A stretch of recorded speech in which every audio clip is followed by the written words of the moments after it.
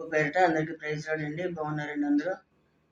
యేసుక్రీస్తు వారి నామంలో మీ అందరికీ శుభములు కలుగును గాక. ఈరోజు దేవుని వాక్యం మార్కు సువార్త 16వ అధ్యాయం 15వ వచనం.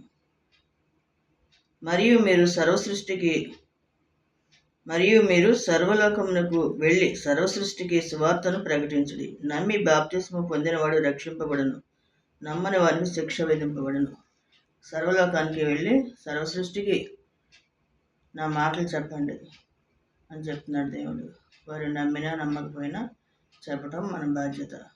ఎందుకంటే వారి మేలు కోరి మనం చెప్తున్నాం. ఎందుకంటే నరకంలో ఏ ఒక్కరు కూడా పడకూడదు, పరలోక రాజ్యంలో దేవునితో సంతోషంగా ఉండాలని చెప్తున్నాం. మీరు ప్రభువుని నమ్మాలి, బాప్తిసం తీసుకోవాలి, సంతోషం సమాధానం కావాలి. ఏ సమస్యల్లో లేకుండా సంతోషంగా ఉండాలంటే, నిత్యరాజ్యంలో హ్యాపీగా ఉండాలంటే ప్రభువుని నమ్ముకోవాలి. సర్వసృష్టికి వెళ్ళండి, సువార్తను చెప్పమంటున్నాడు దేవుడు. ప్రతి ఒక్కరికి కూడా దేవుని గురించి చెప్పాలి. మనకు తెలిసిన మంచి వార్త అందరికీ చెప్పడం అనేది మంచిది. అలాగే ఆదివారం దేవుణ్ణి ఆరాధించే రోజు ఈరోజు. దేవుడు ఆత్మ కనుక ఆయన ఆరాధించేవారు ఆత్మతోనూ సత్యంతోనూ ఆరాధించవలను.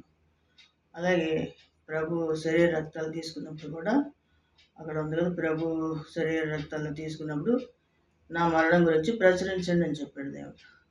ఆయన మరణం గురించి, తిరిగి లేవటం గురించి ప్రచురించమని చెప్పాడు దేవుడు. కాబట్టి ప్రభుని గురించి చెప్పాలి. ఎందుకంటే కొంతమంది వినపోయినా సరే మన బాధ్యత చెప్పాలి అంతే.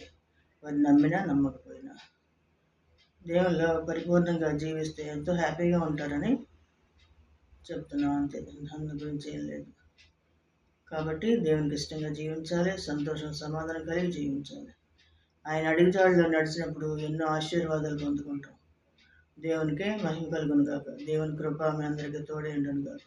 ఆమేన్.